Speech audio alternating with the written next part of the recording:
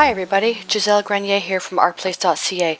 It's another scorcher outside, so I've got the AC on. Mia's laying down in the studio, so hopefully she's not going to, scratch or shake up her bling on her collar too much. But what I thought I'd do today is create a piece of artwork with a certain theme, and it's part of the Dark Side of Vintage project, and the theme for this, the sub-theme for this particular piece is called Ravens.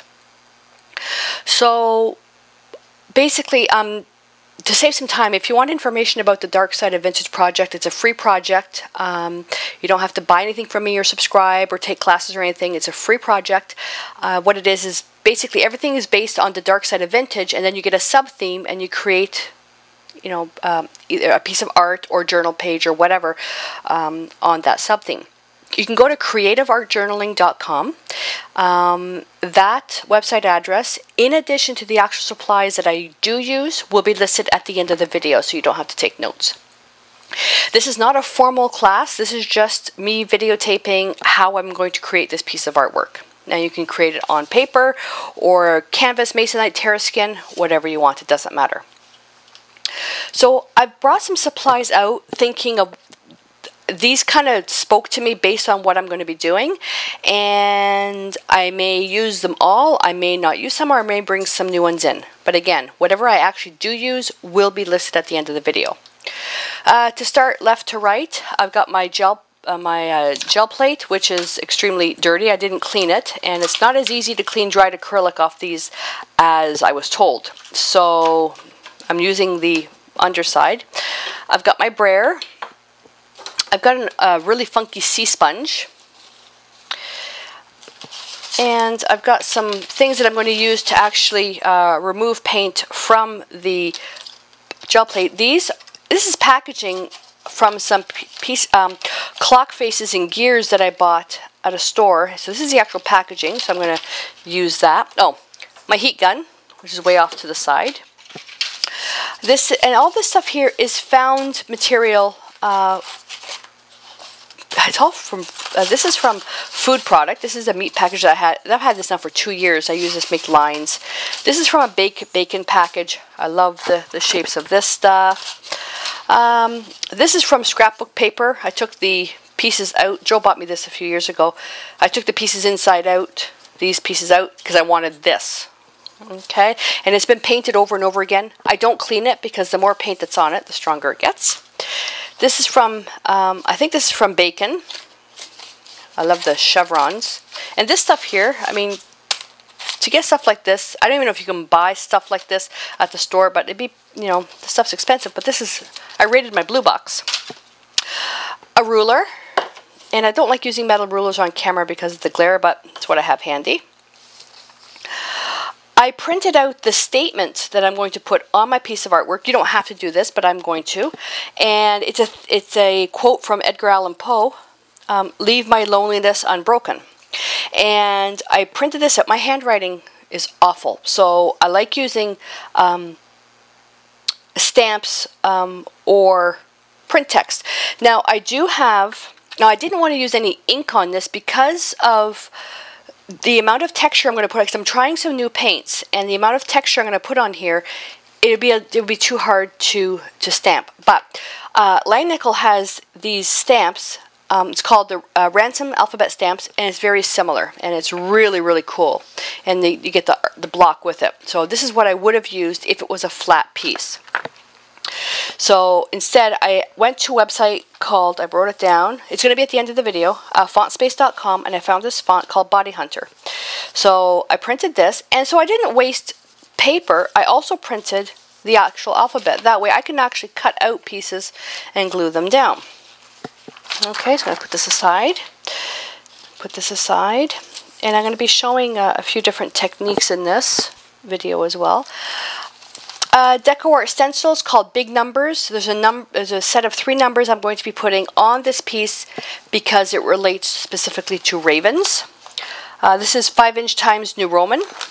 Again, I'm going to be putting all this stuff at the end of the video.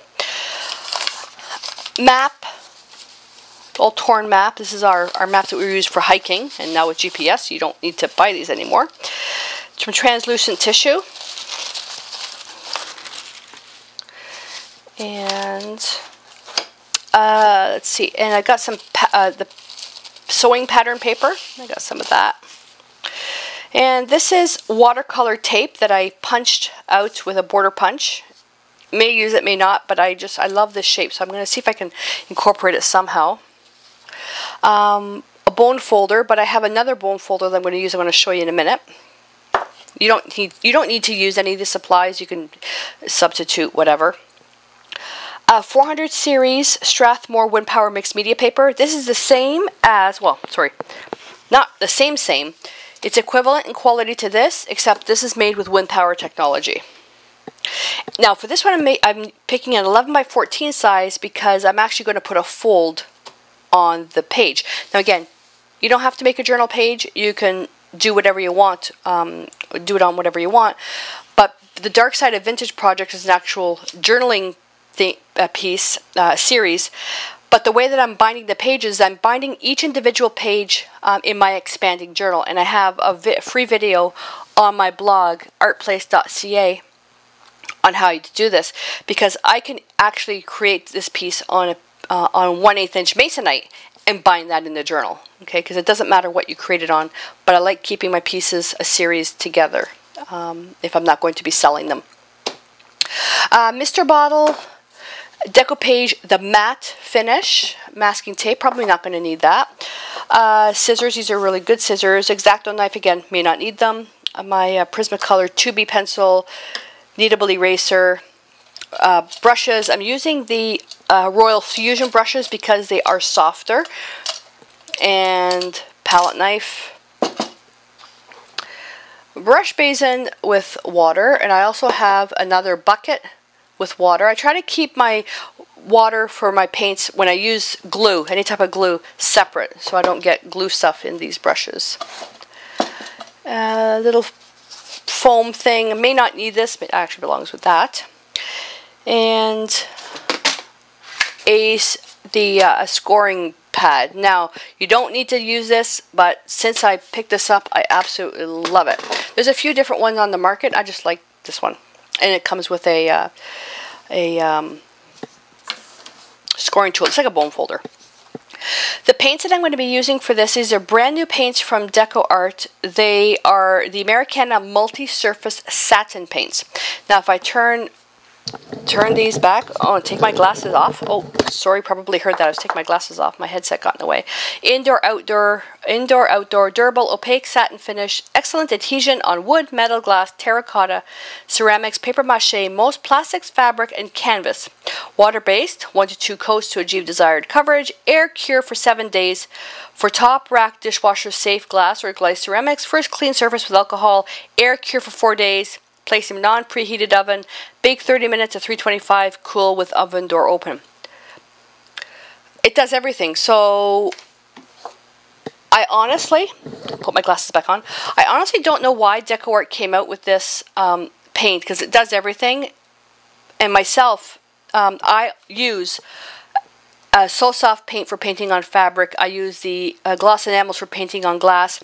I use their patio paint to paint on outdoor stuff. I use the Traditions, well, that's a fine art paint. I use that for everything. But their Americana paint for stuff that's more of my funky art. To me, this seems like it's going to do everything. So I'm not quite sure why they would create a paint that does everything. There's got to be a reason. But I thought I would give it a try. And I love the packaging on this. It's absolutely beautiful.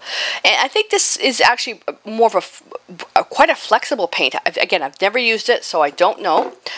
And I brought out the colors that I think I'm going to use.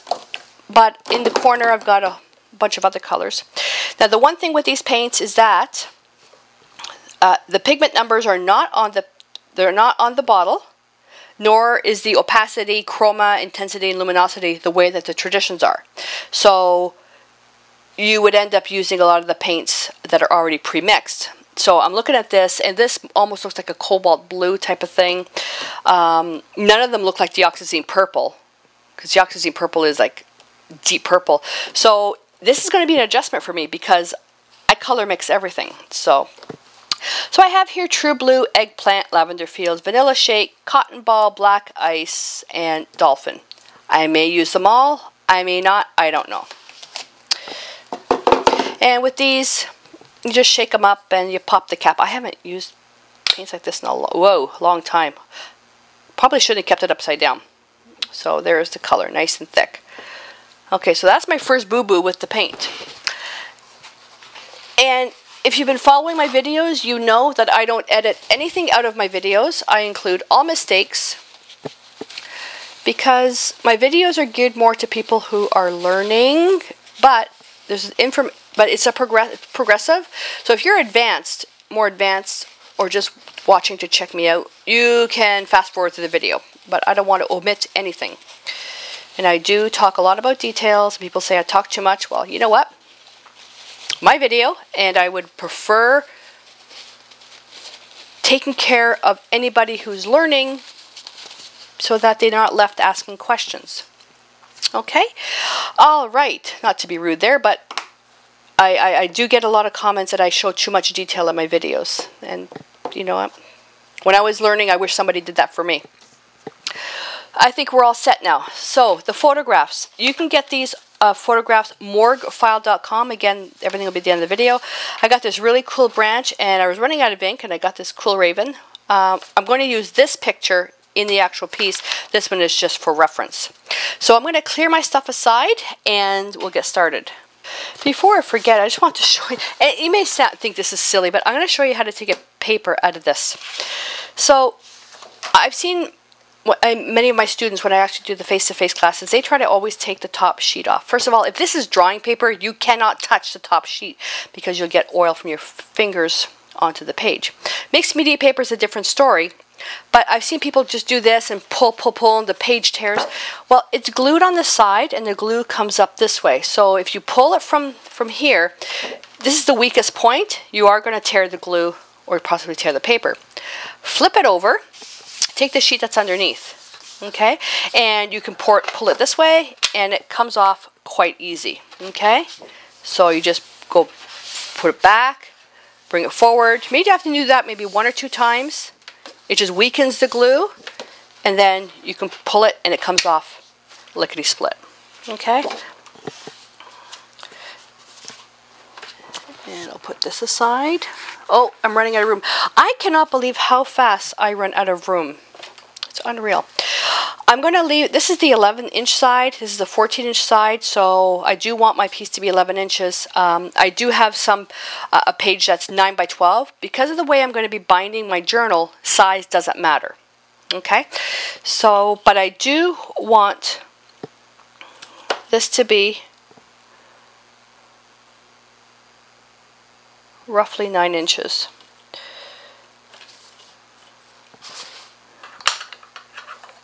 And let's see if I make that. Let me get my photograph. I want to size this. We're actually covering most of this up. No, I'm going to change my mind. Let me make it about 10 inches.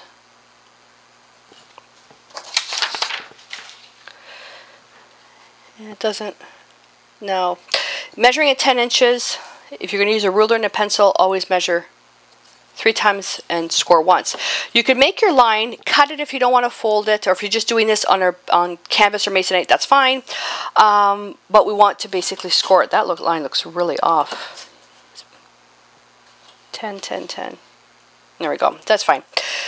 I'm going to show you a really easy way. This is how I used to basically just make the line, then with the bone folder, go down, score it, and that stuff. But I was introduced to a scoring pad, and that's what I like to use. This is a Ranger, I forgot this one, No Stick Mat. One of the best things I ever bought, because cleanup is so easy.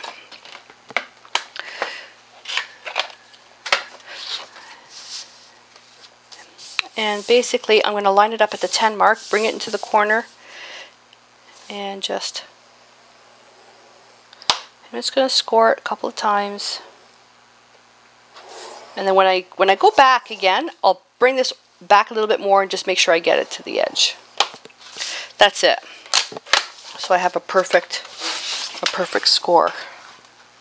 But again, there's different score pads on the market. It just depends on what you want. This is a, I don't like to promote the brand, but it's the Martha Stewart one. That's the only one I like. But there's one from ScorePal. I looked at one. I didn't quite understand it. Again, I'm not an expert on that stuff. I just use what I have. So with this here now, the purpose of this is that I'm going to create my art here, and I can actually choose to put something on the inside here, almost like a secret, or I can, or if this was, if I was creating my artwork here, then this allows me to use the backside for another piece of artwork. Okay? I don't like to waste anything. So what I'm going to do, actually we're doing it this way. This is, I'm going to be doing another project on the back, so we're painting on here. Let's see, first thing we're going to do, we're going to put this thing down. So what I'm going to do is I'm just going to collage this down, and then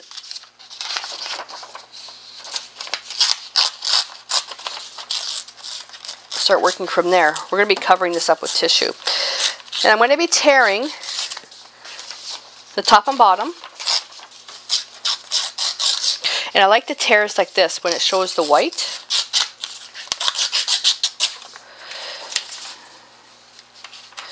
And I'm going to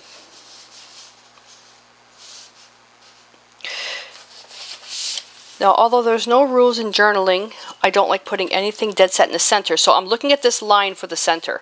Okay, so I don't want to put that line at the 5.5 mark, because that's smack dab in the middle. So ideally, the sweet spot is right about here, but the raven's going to be there. So I can bring this down into the lower third. Although there is no rules in journaling, I do like to, you know, put some basic composition rules in there. Alright, so that looks pretty cool. And then my raven is going to be sitting right up here, and then my text will be here. And I've got all this beautiful space back here, so what do I do with it? Well, so basically I've got my placement, and just so I don't waste paint, and it doesn't really matter, but I can just make a little line like so, so I know that I can paint on the outside. Again, it doesn't really matter, but we'll start painting. Again, my process is a little haphazard. I may set out to do one thing and I'll change my mind and do something else. And I want to use this. Now for the shapes. And we'll get some paint. So I'm going to start, let's see, with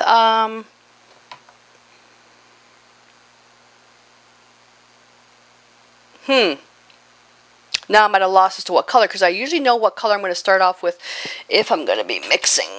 Okay, I'm going to get, let's see, Blue Lagoons. Again, I just changed the color. Let's see if this is, tap that, let's see if it's going to pop. Oh, it didn't pop. Oh, that's nice and thick paint. That's nice and thick. And we'll get some cotton ball. So shake, tap, brings the paint down.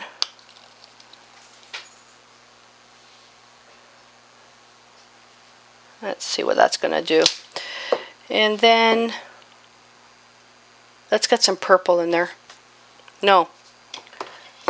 Gray. Dolphin gray. And this is, I'm creating my background with this one here. And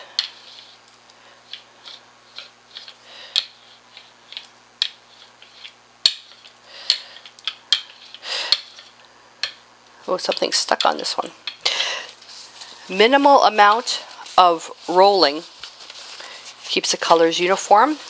And I'm just going to quickly wipe this down. I'm going to have to get some Clorox wipes handy. And now that's where I'm going to start with the shapes. So, oops, this is slippery. Okay. So I'm just going to start with some shape. I'm not even going to bother cleaning these. Let's see if I do it this way. No, I want to do it this way.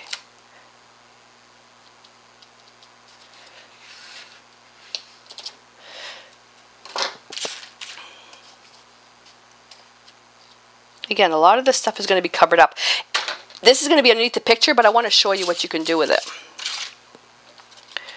This one I'll turn this way. Oops, I might as well push that down again.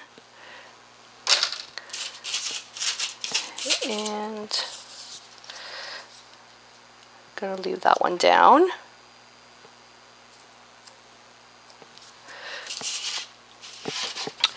And I'll just put this right on this edge here.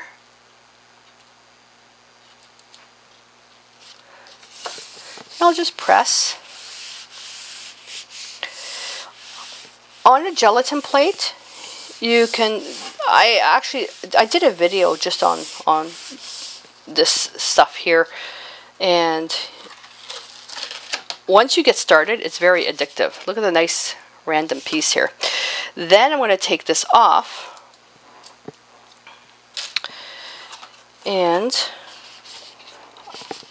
I want to put something in here. So now I'm going to turn this around, get that right there, because the paper is bigger than the plate.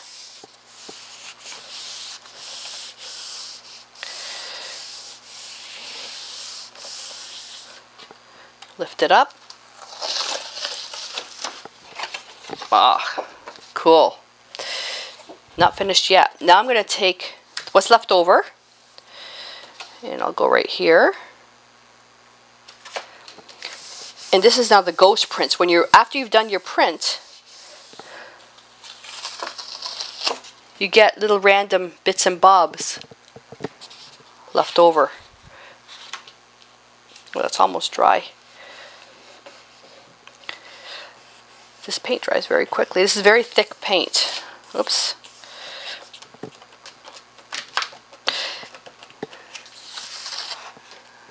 Not much, but that's cool. That's interesting. Then I can take this here. Now I can do something else. And I'm going to take a little bit of blue and a little bit of vanilla. Whoops.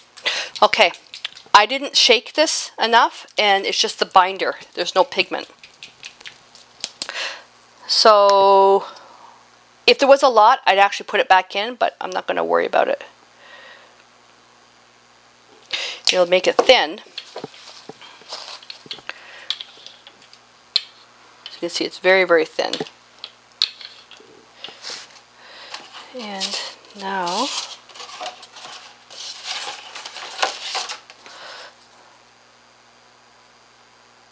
no, I'm not going to do this one. I just thought of something else. Show you how to do a negative. Show you how to do a negative. So you can take larger shapes. This is just scrapbook paper. And put them down like so.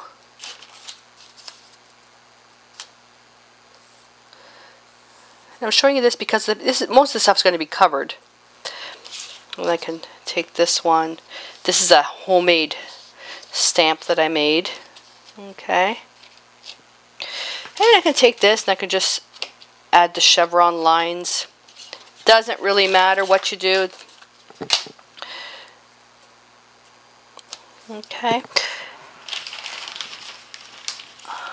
The tag, I didn't want to do the tag. Sorry, I don't want the image to print on the tag. Where's my scrap paper?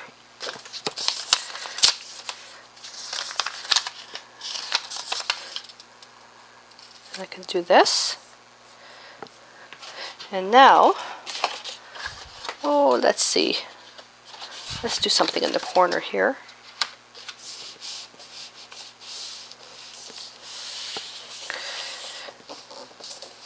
So monoprinting is a great way for random backgrounds. I will never be able to replicate this again. And you just get the pieces that are showing. Then, you can take that off, take that off, take that off, And take this off. Oh, how cool is that? Oh, how cool is that? Then I'll go in the back. Now I don't want to lose what I've done, but I do need to use a brayer, so I'm just going to, and for those of you that follow me, you know that I'm going to use this piece of tissue somehow, paper towel, in a piece of art.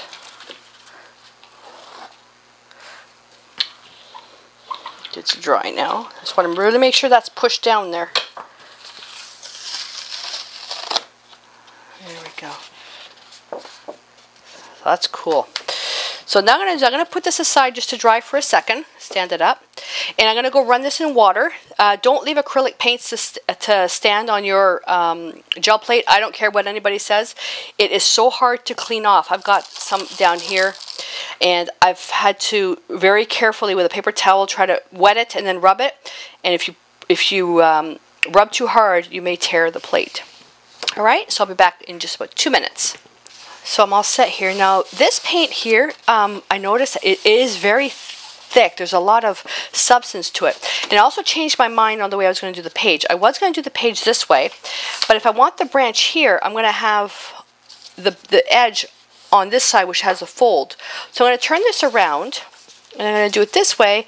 So now I'm working on the back side. So in the journal, I get to do something on here, and then that's going to be the back side, because I want a hard edge on here. So that's going to go there. I tore a little piece of the map, and again, most of this is all going to be covered up. I'm going to leave that in there. And then, oh, just to show you, so you know what I was doing with this on the gel plate? I also, so on a previous video, I was doing prompts, and on the plate I put a stencil, and I put paper towel on the stencil. Isn't that cool? So these are all different things. I was even contemplating using this one up here, but no. No.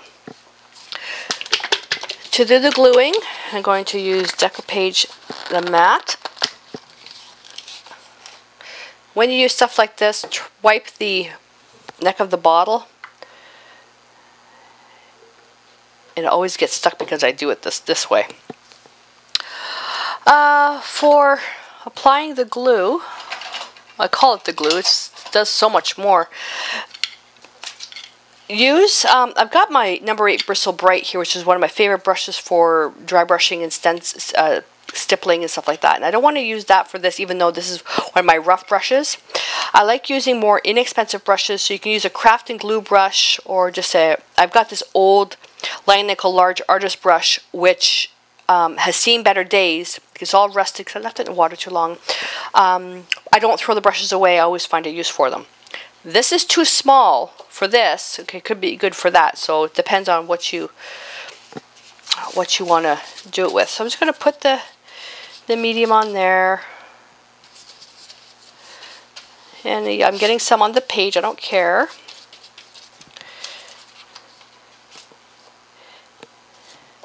And this stuff here, the glue is so strong. If you happen to get some on your fingers, make sure you clean your hands right away. It's not toxic, but it's a really strong glue.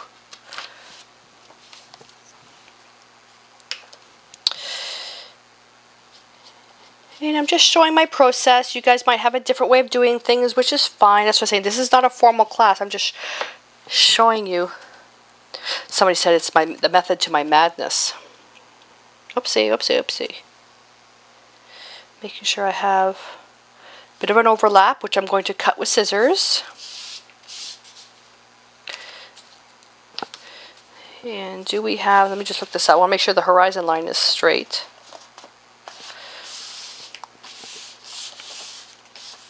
Okay. And I'm going to put this little map up here. The map is relevant to,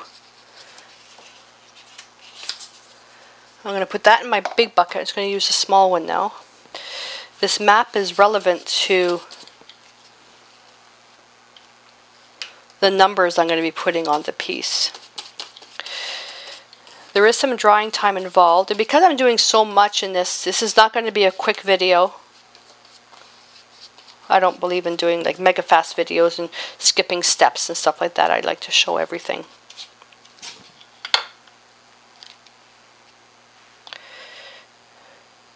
Heck, the cable company loves it when I do big videos. When I upload them to my blog, counts against my bandwidth. I did a video yesterday called Fairies Can Dream, and it's 1.8 gigabytes in size. I do everything in high. I try to do everything in high def. So I don't know if I'll have use for this one. I may not. I'd like to try to use it.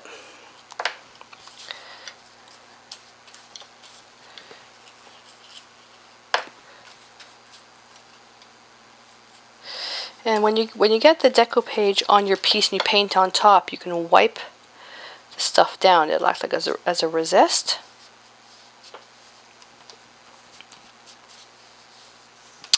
Okay, in the water bucket, just going to clean the mouth of the bottle. The deco page mat can be used as a glue, as a sealer, for collage, whole bunch of stuff. Love it. Alright, so there's a little bit of drying time involved here. Now if your piece was really textured, what I would do is put another layer of the decoupage over the whole thing to seal all these little pieces here. When it comes to this here, I'm just going to cut this off, and I don't think I went over enough. No, so some of the white border is going to show. I'll have to paint over that. But if you've got stuff that's really like curling up, like depending on what you're putting down, like a book page or something, you may want to put a sealer right on top. And then we're going to, I have got to use this somehow. Maybe this has a border edge. Yeah, this is gluey already, so I'm just going to take my glue. This has got it's water based. This is actual watercolor. This is tape for watercolors, watercolor paper. When I stretch my watercolor paper, it's a big. Oh my goodness! It's in a big roll like this. Okay, big strip, and you use that to stretch watercolor paper. And I'll go over that. I don't care.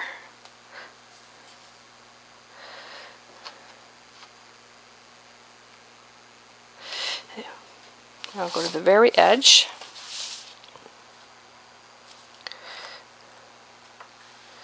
This will not come off. That I'm pretty sure of.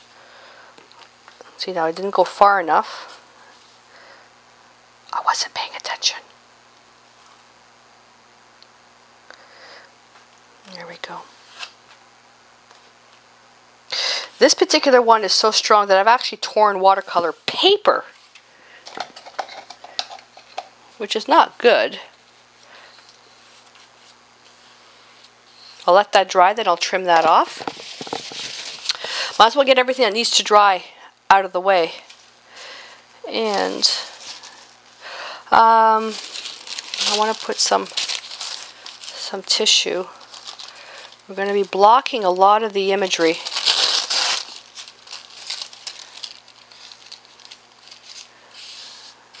Yeah, that's actually pretty good. I put the decoupage away. I don't know why. I don't know why.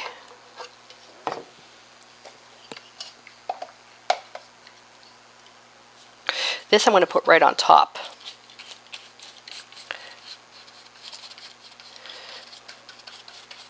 And if the paper crinkles, that's even better. It's very translucent. You can see that? And the goal for this is I want to be able to see how well this paint sticks to a surface. And with decoupage,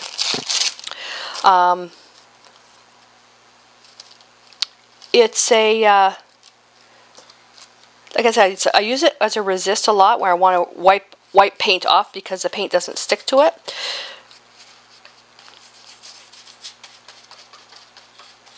But I want to see how this paint goes on. Oh, and I found some clocks. You can go on the internet and you can do a search for free printables and like steampunk clocks, and I want to use that in there. So what I did, I just printed it on just cardstock, and I cut them out, and I got some really cool clocks here. Again, because these are going to be relevant to the numbers I'm putting on the piece. And this pattern here, and Mia got it, and she's infatuated with paper, so I want to try to keep that there. And I don't like straight torn edges like this, so I'm going to get a nice shape to that. The grain goes this way, that's why it's tearing like that. And I'm going to keep that torn edge there like so. Again, some of this stuff is going to be covered up, and I want this to wrinkle. I want this to be all wrinkly.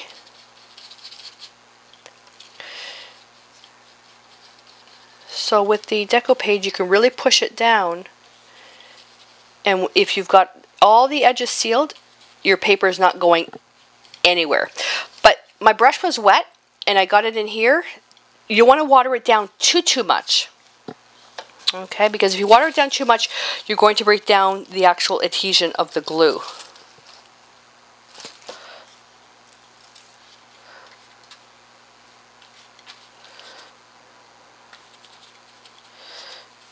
And I'm just going to put that here.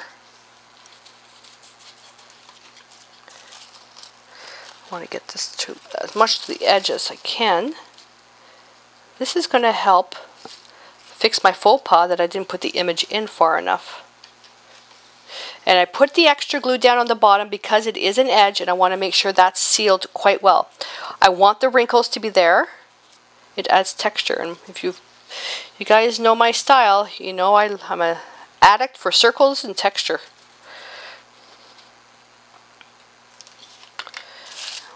Put these little bits away. I'm sure Mia will get those if I'm not careful.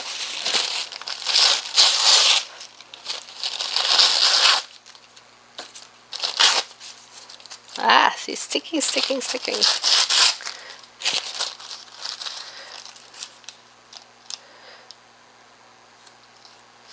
Right there.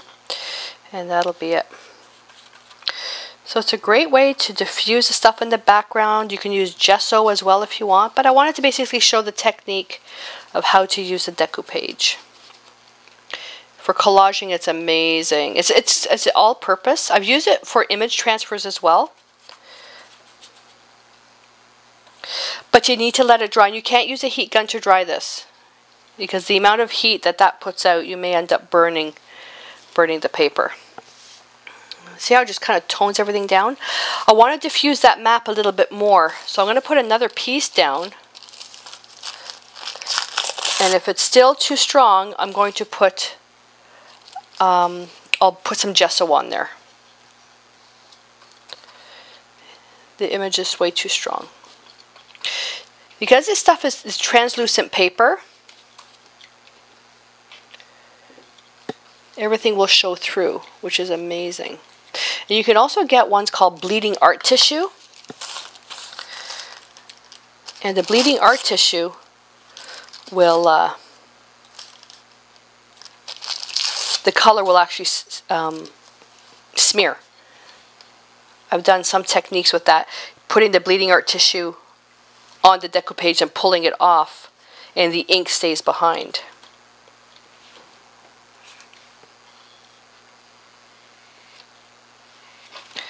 There we go. Just reinforcing everything. Oh, let's put one down here. I've got these little bits. I've got the extra glue on my brush. Might as well use it. The more texture, the better. You can use napkins, like table napkins. If you go to a restaurant and they've got disposable napkins, if you use them on your mouth and just the corner's dirty, why not bring it home and use the clean parts for your page, your artwork. So everything that I'm creating here, I will never be able to create this like this ever again. It is so unique. There we go. So for drying, I'm going to let this dry for, well, there really is no time because right now it's about 40 degrees with the when you factor in the humidex values outside. All the air conditioners are going, but it's still humid in here. This will take longer to dry. So I'm thinking I'm going to have to let this sit for at least 30 minutes to an hour, possibly even more. So either way, we'll take a break, and when I come back, this will all be dry, and then I can start painting in the raven in some of the background, put the letters in, and continue on. Okay, we're back. Now I had to take quite a bit of a break. It is so hot here. I had to put the fan on in the studio, and poor Mia is laying in front of it. All the air conditioners are going and it is just so hot. So this took a much longer time to dry because of the heat and humidity. Now I made up some paint ahead of time and I had to test it first to make sure that although it feels dry to the top, I can feel here a little bit, it's a little bit soft, so either it's an air pocket or there's some medium, some decoupage, however you say it, may still be wet. It is dry. So I also took my my printed words and I cut them into individual little letters. So my idea is I'm going to basically glaze the whole piece now. I did a sketch of the raven. I'm going to glaze the whole piece, and then I'm going to stencil lightly some letters, paint the raven, and put the numbers on. Now what this is 1 part of dolphin, and then half a part of black tie, black tie, that was black ice, black tie, and true blue. Number 8 bristle bright, dry, no water. Now this is where sometimes I have trouble getting the paint to stick to a slick surface. So what I do is I just roll this on like this, quite roughly, then I take a paper towel and I rub it in. And it is staying quite well. I'm pushing it in so hard, and see all this stuff, this is all the wrinkles it's picking up, and oh, it's amazing. Now you can thin this down a little bit with some medium. You could use glazing medium if you wanted to. And here's a little bit more paper, so I'm not going to bother rubbing that because I want the paper to be tinted. I don't want to leave really anything pure white.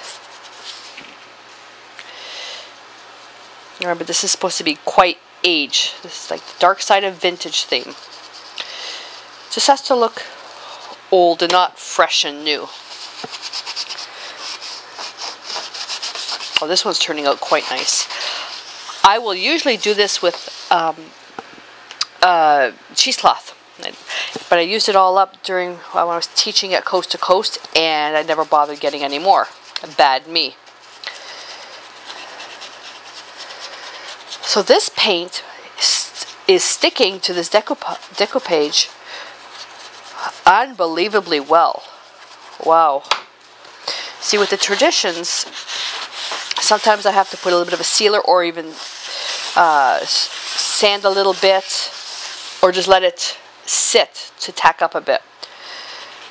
It's usually pretty good, but depends on how much decoupage that I've used, especially with the gloss. This actually turned out quite lovely. That blue is a little bit bright. I'm just going to knock that down a bit.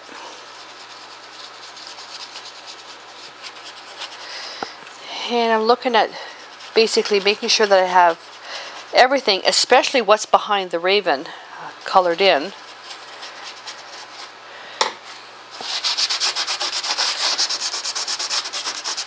There we go. And let's see, he comes down here. Now the sketch of the raven, I flipped it, then I just lightly sketched it in. Now the photograph, all this is black, so I will probably make this a little bit darker. But like with any acrylics dry darker, so leave it and let it sit for a bit. Now I'm going to take a little bit of water in my paper towel. Let's see. Oh yeah, this comes up quite nicely. Look at that. There we go. So you can still further distress your pieces. Yeah, that's all right. I'm going to let that dry. I'm going to put paint back there. I just wanted to try that.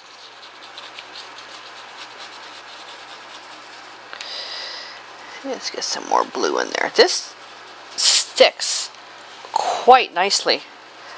The only thing is I wish it had the pigment numbers on it, because that way I could do color mixing. Mind you, I can't color mix visually, but it's easier when I'm teaching to actually tell the people, you know, PB29 plus PW6 makes, you know, a light bluish violet type of thing. But it doesn't matter. I am just so impressed at how well this is sticking. Oh, look at that. Wow. Well, that doesn't matter because that's going to be covered up. That is unreal. I'm really happy with this.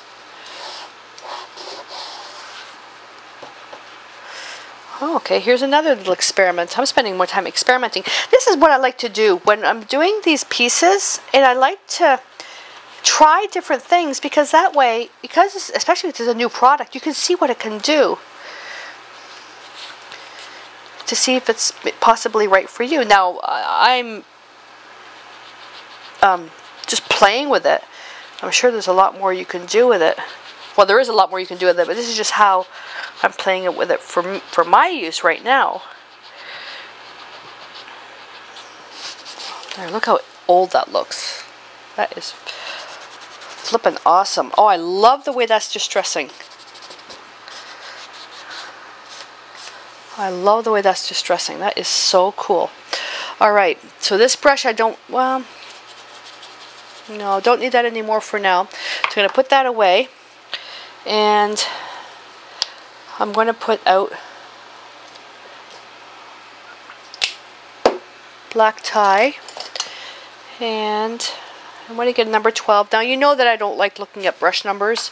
What I do is I paint, as I'm painting, all the brushes I actually do use, I will list them at the end of the video. This is a number 12. I just look at the size, because all companies are different. Now what I'm going to do is I'm just going to block this in quite lightly. Now I was looking for a transparent look, and I think I'm actually going to get it. I just wet my brush, which is what I would do anyways.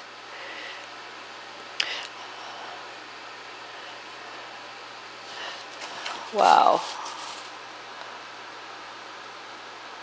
This is amazing. I am really impressed with this.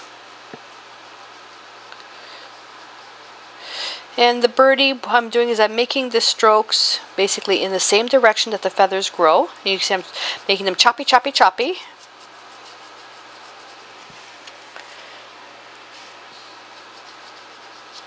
And I'm using the fusion brushes because they are softer. On this particular type of surface, like you can see how textured it is, if I were to use my good Aqualon brushes, they'd be ruined because of how rough this is. It would take time, but I use those brushes for precise detail. The Majestic are a little too soft. I could have used the soft grip brushes, so I'll never go wrong with the soft grip brushes, ever, ever, ever.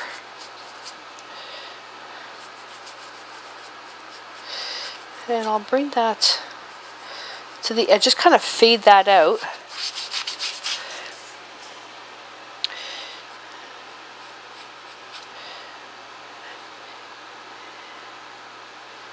And now I'm just going to pick up a bit more paint, and now I'm just going to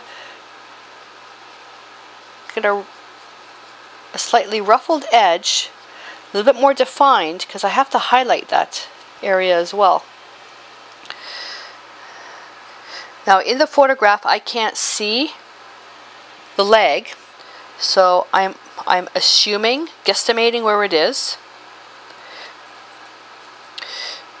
So his bum and his tail feathers would go here. Bird watchers must laugh at me. His bum. His bum. These brushes I won't let... Oops, where's that brayer still in the water? Oh my goodness. I won't let these fusion brushes, because they're good brushes, I won't let them sit in water. And I will get a bitty brush. Oh, I can't see.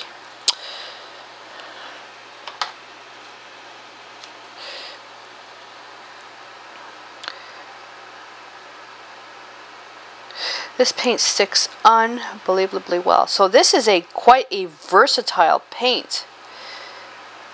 It sticks really, really well.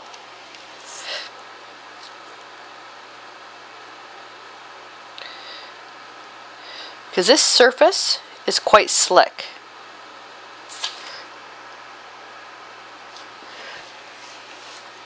Now I will have to do a makeshift branch here. So I'll just lightly put something in here. Just going to scribble, scribble, scribble.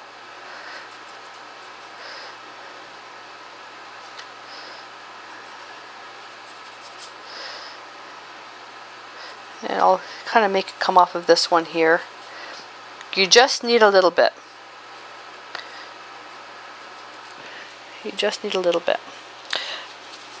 Now, I wonder if I can still... No, that's... Oh, maybe a little bit coming off. I may have to put a little bit of black there. I wasn't paying attention. I was supposed to wipe this part out. This is the tree, and now I'm just kind of fudging the branch. Okay, that's dry. So now his shoulder comes out here.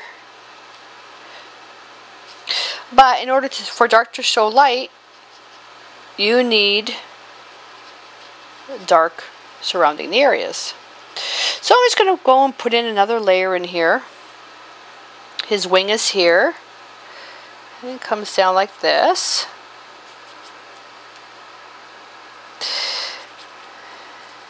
And he's got his feathers. Remember, this is not a realistic thing. That's one thing. I have so much trouble doing imperfect faces. Animals, I find even worse. That I just find that I have to just get every single detail just right. This one is, believe it or not, is a lot easier than I expected. I should actually continue his tail right on there. Alright, his beak comes out here. It comes down like this. So I'm just going to continue painting.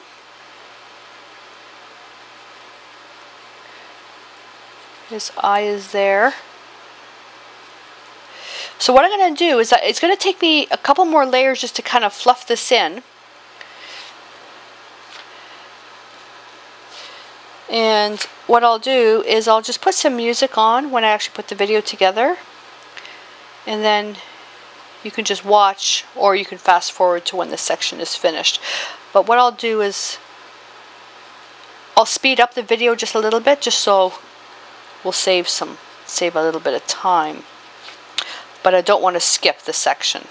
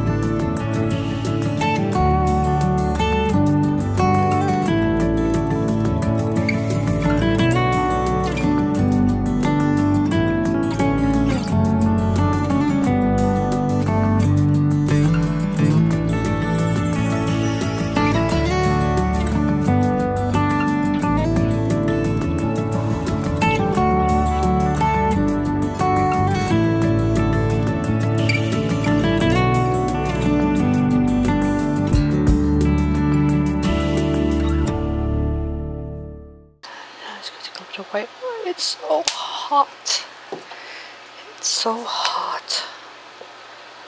Whoops. Oh, I keep forgetting to shake these. These really need to be shaken. There we go. What a difference. Now the eye,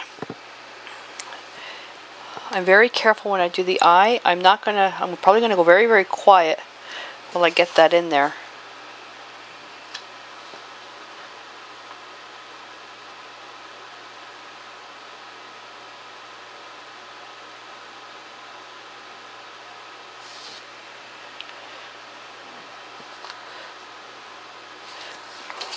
See? Yeah, there's a highlight around.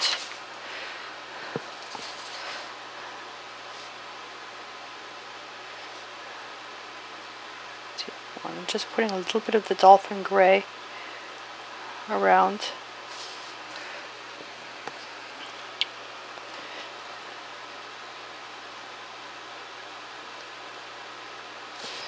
Getting that in there.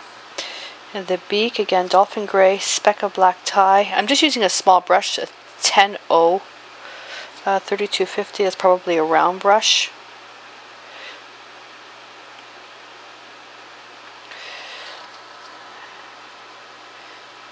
And just putting a little bit of shading in here. It's underneath the beak.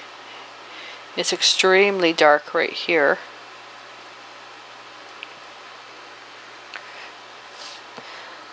And pure black here.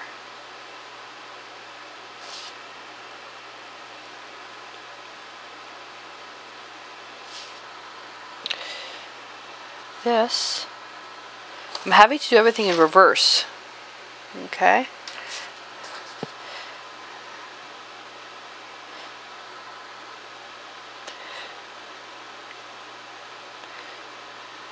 Want it nice and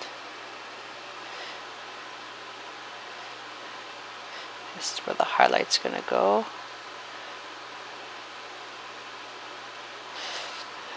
A speck of white.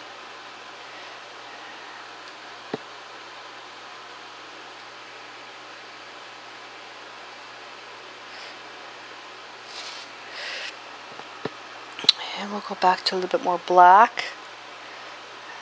Wet on wet.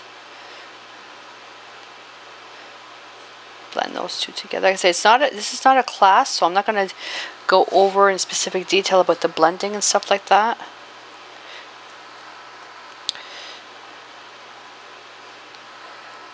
Now I have to get right in under the beak, right here, to finalize that point.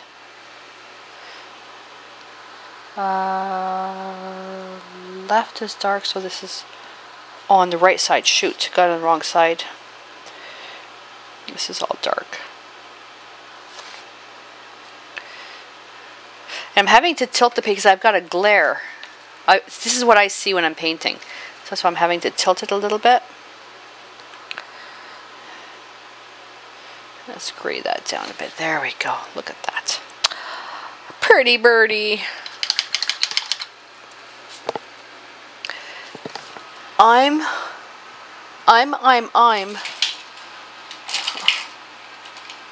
am contemplating going to a different brush. I am contemplating going to a different brush. What I want to do will more than likely get ruined. The brush is too small. So I always like to, well, although this is not a teaching lesson, I always like to say the bigger the better. So I'm going to go to a little filbert. Always dip your acrylic brushes in water first, unless you're going for a dry brush technique. I'm going to take some of this gray, this bluish, bluey that I made here, add a little bit more gray to it. And I'm going to basically pick the highlight now I'm going to work with. That's way too dark. I don't want to use pure white. That's good. And I'm going to blot out with the brush and I'm going to dry brush this whole thing.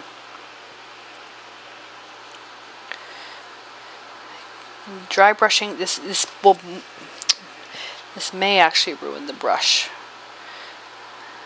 I'll just have to be very careful. I use these brushes for portraits and stuff. I know what Joel say. Oh, that just means you can buy another brush. Any excuse to buy art supplies. Excuse me. I'm going to pick up a bit of white and I'm going to put a real speck of highlight right there. Blot it out and blend that in. This paint has an unbelievable texture.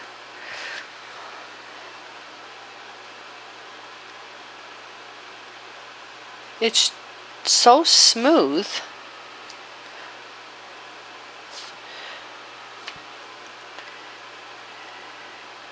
And I get some really good blending with it.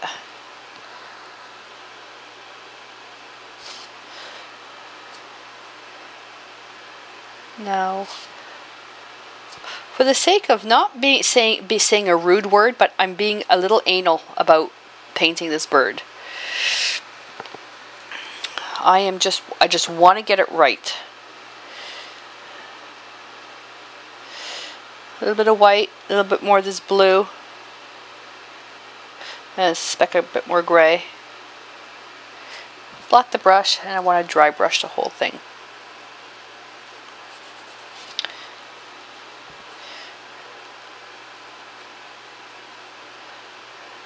I don't have a filbert in the fusion line. Otherwise, I just would have used that. Now I'm going to put a little bit of this highlight around the eyes, because this is what's going to serve as the dividing point. This brush is way too soft for what I'm trying to do.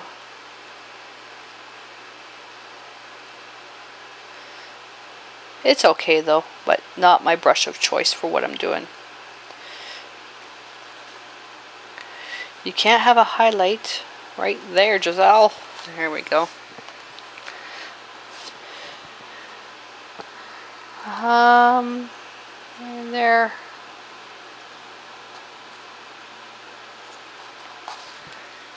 we go. And, oh, I really got this wrong. This goes way up here. Silly girl. Silly girl. I better rinse that out.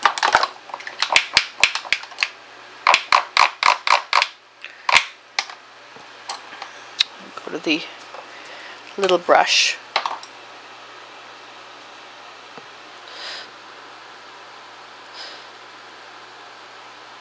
This is where the wing is. I can be a ding-dong sometimes, I swear. If my head wasn't attached, I'd be asking my followers, where is my head?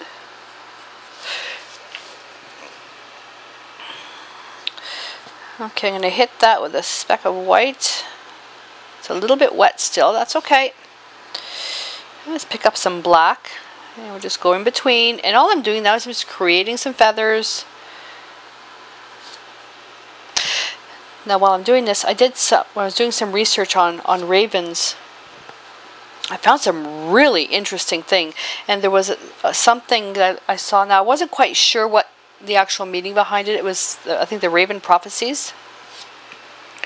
And what in there was these numbers and what the numbers mean when it comes to ravens. And I thought it was quite interesting.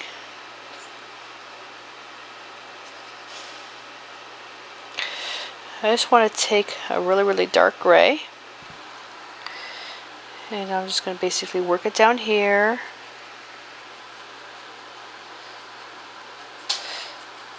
And this ends up being almost like a glaze. But the minute I hit the white in there, it becomes more of a highlight. And when that's dry, I'm just going to come in with a little bit more. Too much gray. Right on the very outside edge, like that.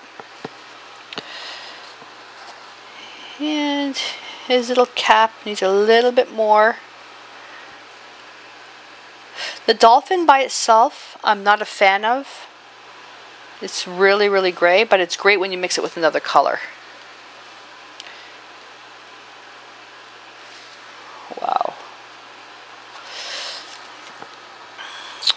Now let's blend all this together.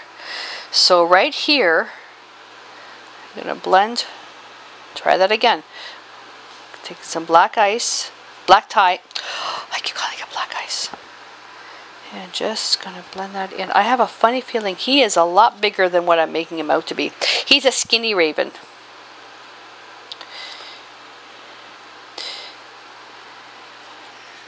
There we go.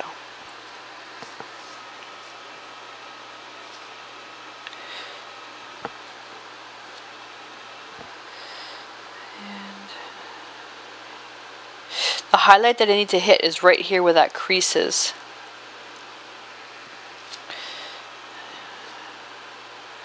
Take that with white. Let's see if I can just move it a little bit. Okay, blot out the brush. This is nice. I don't want to lose that, so I'm just going to feather this out. You need a good chisel edge. The chisel edge is when the bristles, see that line there? That's your chisel edge right here.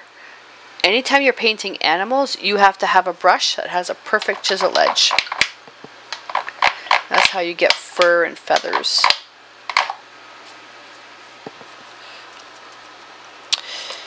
Now I'm going to take a little number 1. I'm going to dip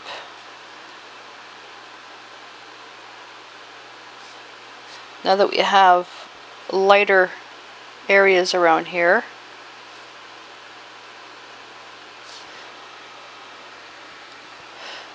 This will be very hard to see. And from this angle, even looking at the photograph, the eyes looks like they're shaped of almonds. And then once this dries, I will put in a highlight. Actually, let's see if I can get that in there now. No, not quite. This one, yeah. Ooh, that's spooky looking. Holy smokes. This one here is the glare from the light. Look at that. Oh, let's see if I can do that again. Dry. Did I get it? Yeah, I got it. That never looks spooky. Bye. Okay, well, I'm going to have to make sure my young followers don't... Well, no, you express them. You express yourself any way you want. That's funny. Okay. Now I'm going to take some more of this gray, a little bit of white, and just going to hit the top of the nails, talons, whatever you want to call them. Gray for the nails. It's a touch, push, lift. It's just a point. This is very, very subtle back here. I'm not going to worry a terrible... I'm not going to worry about it. I don't know what I was trying to say. I don't even know what I was trying to say. It's a subtle area. Try not to put too much emphasis on it.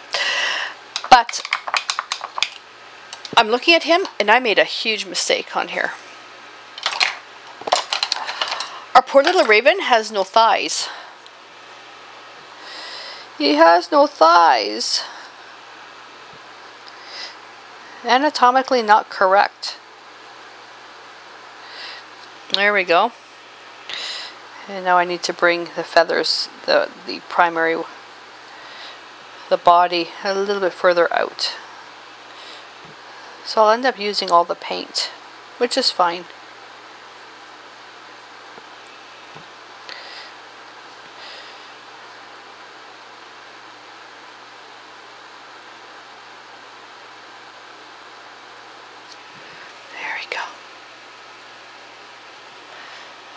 And make his belly down a little bit more.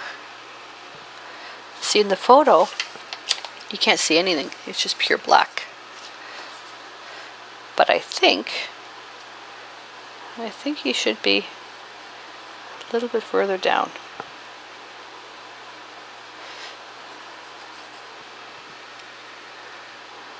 And we'll just leave it like that.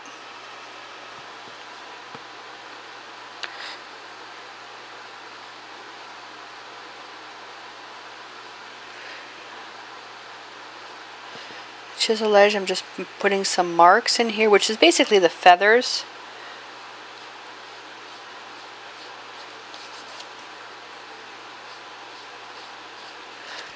Okay. Ran out of black. Ran out of black. So put the highlight in, then come in and put some dark. And then I'm going to stencil. Just going to soften that up. I don't want to put the detail of the feathers too strong. It'll take away from the effect I'm trying to get. You don't want the eye just going straight to the feathers. It just blends everything. Okay. Oh, that is so cool with the eyes. I think I'm going to cover that up though when it's dry. I'll put a little bit of a wash of the black over that. Okay, the numbers I'm choosing are 7 and 12. So I'm thinking here. Oh, okay, I'm going to have to reach. I'm sorry.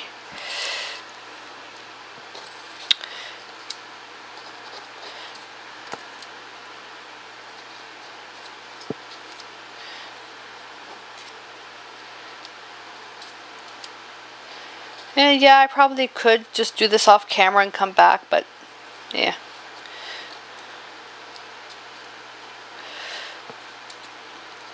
Now, if it was a class, I probably would.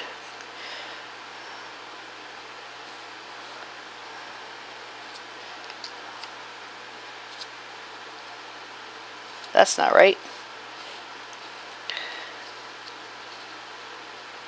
I'm missing an E. Oh. Ah! Holy. Oh, okay, I gotta lick my fingers. I'm sorry.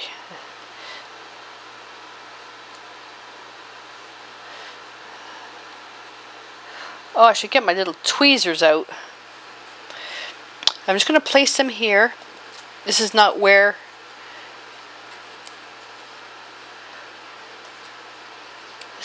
they're gonna end up.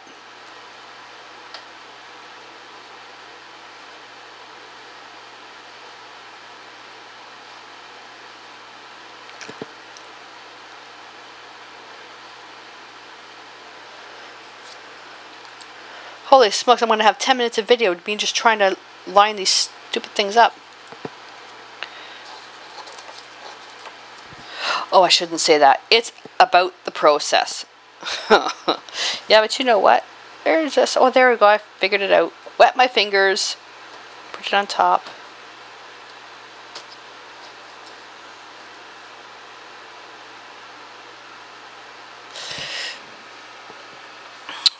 Yeah, that's what I'm going to do. What color for the numbers? I don't know if I want to use black because there's a lot of black here, and I don't think I want to use white, and I'm leaning towards the purple. I just don't know if it's going to go. So I'm thinking if I want to put purple in here. Whoa, jeez. Oh. Okay, I'm going to have to put a sign in front of my where my monitor is when I open paint like this, because I use the Traditions paints and they don't do that. It's a different bottle that when I shake, hit on the table like this. Oh, Mia didn't bark. Sometimes she barks when I do that.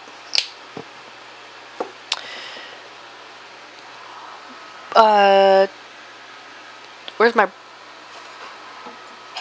Oh, there we go. My favorite, number 8 Bristle Bright. This one is, even the rubber even came off of this. I'm going to stencil with that, but what I'm going to do is I want to take a little bit of black with the purple. Now the purple is what? Eggplant.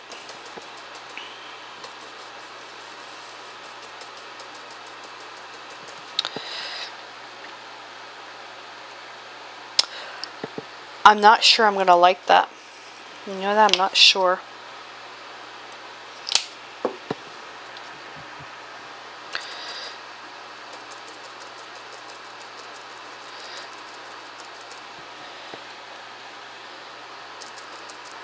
More black with just a hint of purple. Let's see. I always keep a little container to duct tape roll. I tape the paper to the bottom, and I always keep all scrap paper. See, that'll work. That'll work. I always keep scrap paper so I can test it. Now, I have to get some paper towel.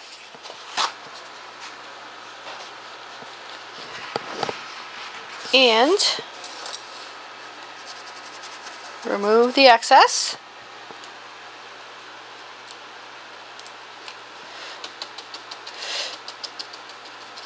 And I'm just going to put this very light, very lightly.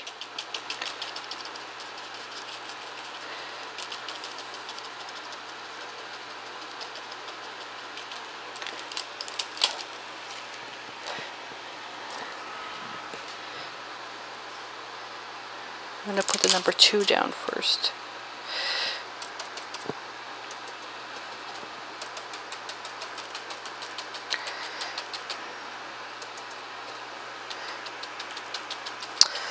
This paint is going to be a favorite. Oh, Mia's up. I was doing a video yesterday and somebody came to the door. She's getting really good about, like, when she barks and we tell her to stop, to show her that, okay, we're not worried, we have things under control and she's fine. But I was recording the video and Joe was out with Wayne and Frank. And oh, she barked. I couldn't stop. Well, I couldn't stop fast enough, and she got downstairs. I'm gonna put a little bit more purple in this one. I was tangled up in my headset. It was funny.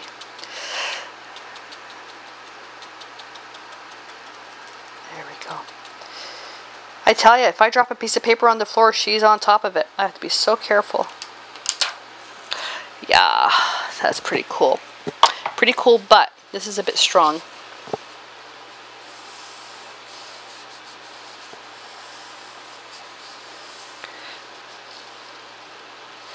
Okay, this is where the paint is a little too good.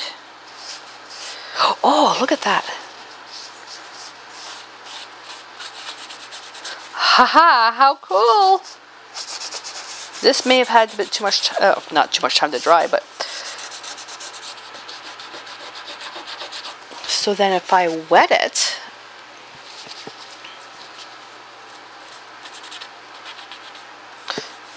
that is so cool.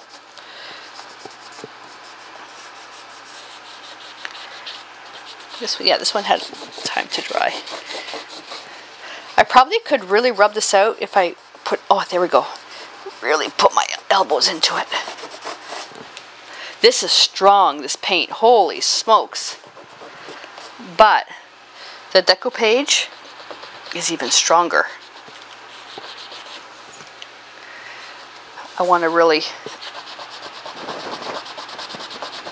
pull that out. Wow. Would have helped if I would have rubbed out the right area though.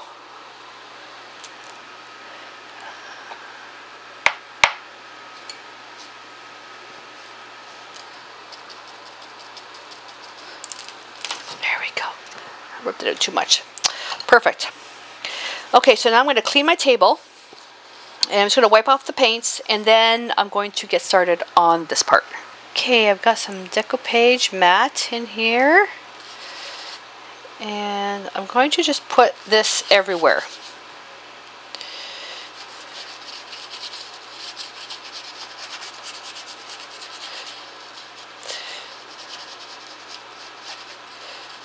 Good amount because I don't want the letters to dry while I'm placing them.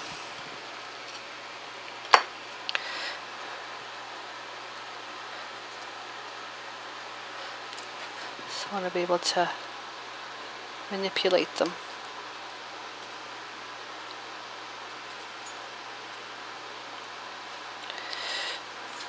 So this is the Body Hunter font.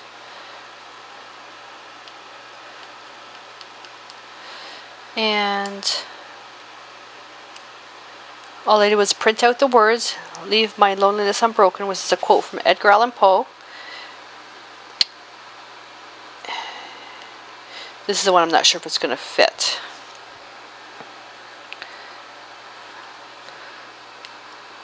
No. I'm going to move it down here.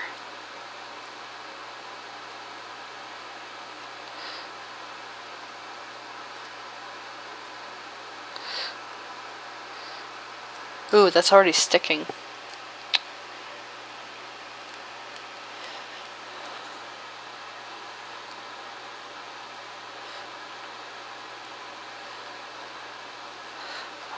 I really need to find my tweezers.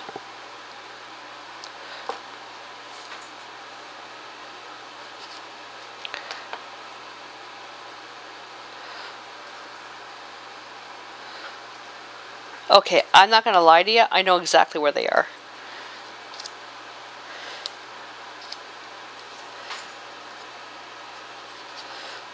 It's just too much work to disconnect myself from my headset. Alright, let's randomize these letters a little bit.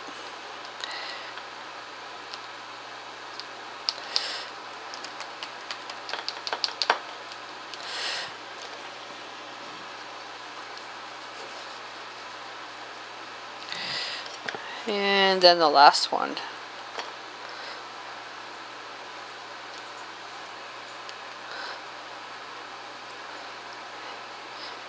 And I like how everything's uneven when the statement you've got where it's unbroken.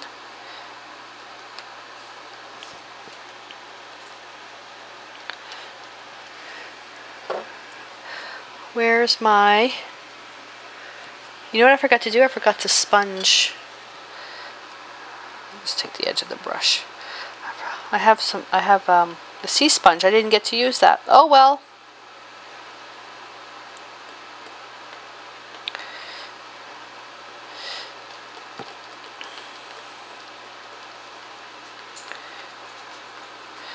Now what I want to do on top of this is I'm going to put some acrylics on this, and then I'm going to, hi Mia, I'm going to put some acrylics on this to tone that white off to something else.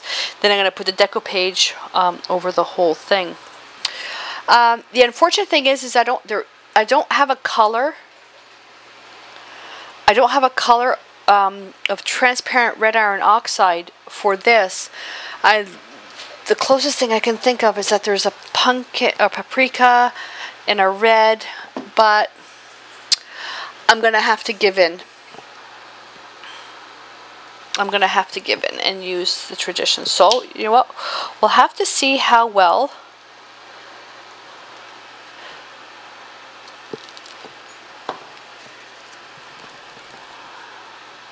that's too orange.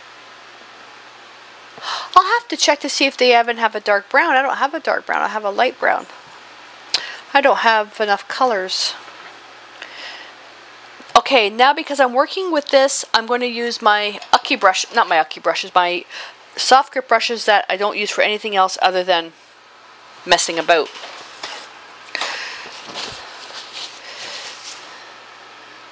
Let's get some water in there. Is this going to be the right color? Yeah. Yeah, that's alright. So I'm just going to really washy and then pat that.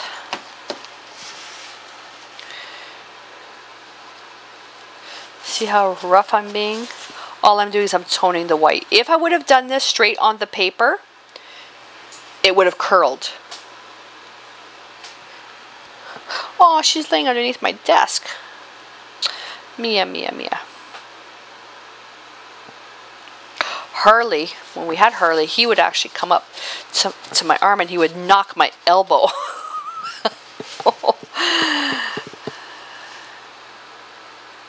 Just to say hello. Me, I'm training her not to do that because she follows me around everywhere, which is good because it's, you know, dogs are pack animals. But she's got to learn that I'm the mama dog and I can't really flip her on her back and bite her neck when she does something wrong. There you go. Let's take some of this. Let's see what happens here.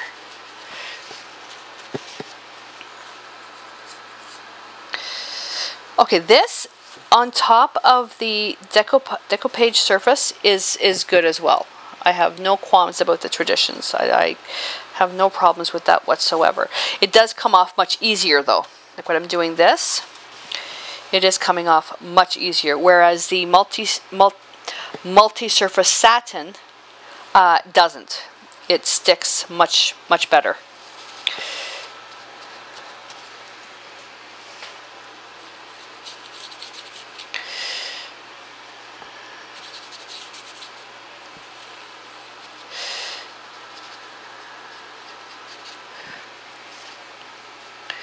A bit more water. Actually, should probably be using a medium instead of just water with this paint.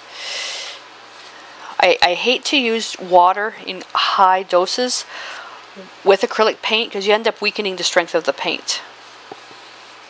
But if you use a medium, such as extender instead of water, or glazing medium instead of water, they're made specifically to work with paint, and your paint won't be weak.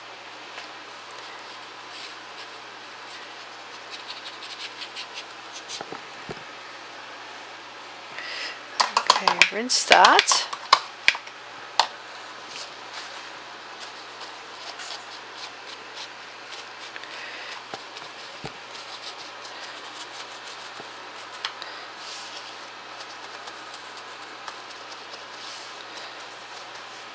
Awesome. While that's drying, I am contemplating. I don't know. I don't know. It looks like he's pooping a clock. I'm not sure. And you know that I'm not going to do just 2. It'll be 1, 3, or 5. I don't know. I don't want it down here. I want the focus to be up here. No, I think I'm going to forget the clocks to keep it. He's solitude. He's a solitude bird. But I did come up with another idea though. I want to further distress those numbers.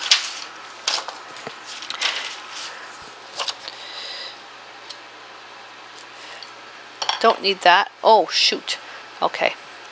I'm gonna leave that. Leave that. Put a piece of paper on top of that. Okay. And get some white. Shake. Tap. Because Mia's under my table, so I don't want her to get all spazzy.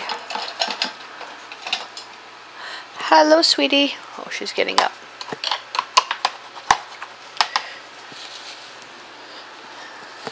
I wish I could put the camera on her. Okay, white. Oh, you know what she's probably telling me?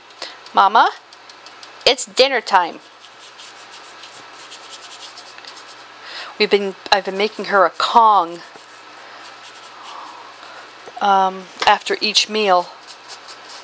I take it out of her rations, and she gets in her Kong. It's about a little less than half a cup of food, a quarter of a ripe banana, and about a half a teaspoon of pumpkin. And then I freeze it. With this heat, she absolutely loves them. We took her for a walk. No, it was 40 with the Humidex. Took her for a walk. Didn't bring water. I brought ice cubes. And she loved that.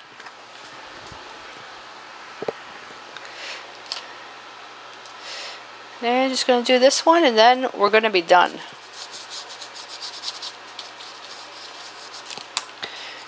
There we go.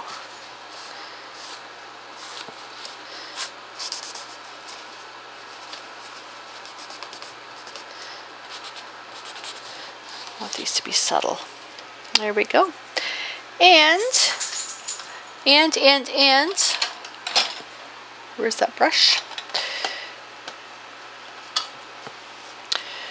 So now I'm going to take the brush I used in the very beginning, and it's going to put DecoPage all over this. Mia. She's trying to get. There's no history on her, so we don't know what her deal is. But we know she's not on the street. She's infatuated with cardboard, and she was up on my wire shelf trying to get all my bookbinding cardboard.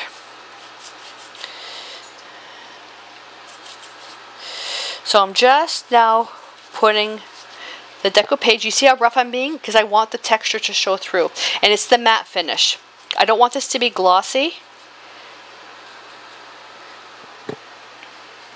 And then once that's done, then I'll contemplate putting the clocks in, but I don't think I'm going to.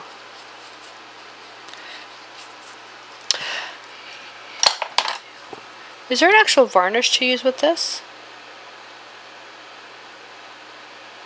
It doesn't say in the bottle, so a deco page will be fine.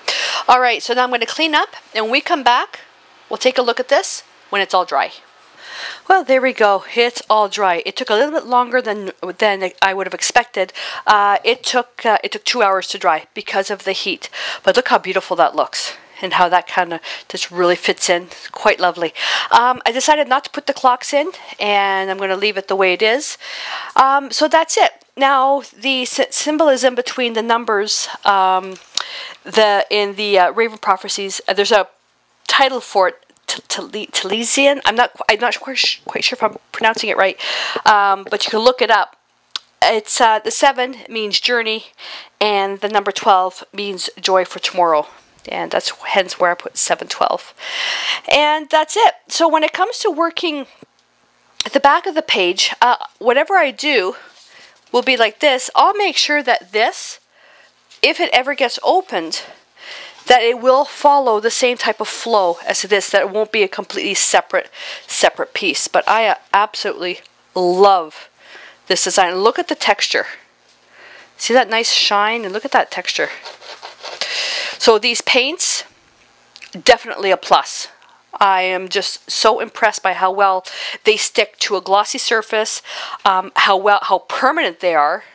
Yet I can still do some rub outs to make some distraction. Absolutely love this.